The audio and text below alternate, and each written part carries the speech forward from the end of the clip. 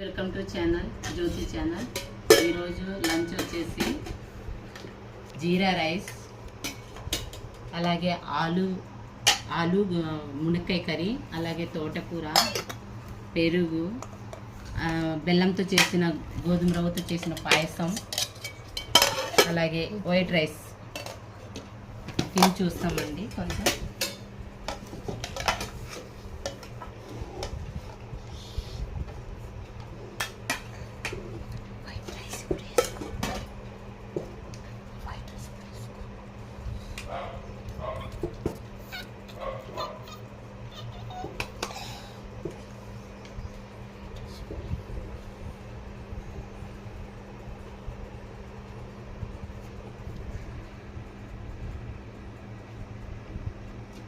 మస్తు టేస్ట్ ఉందండి, మంచి రుచిగా ఉంది.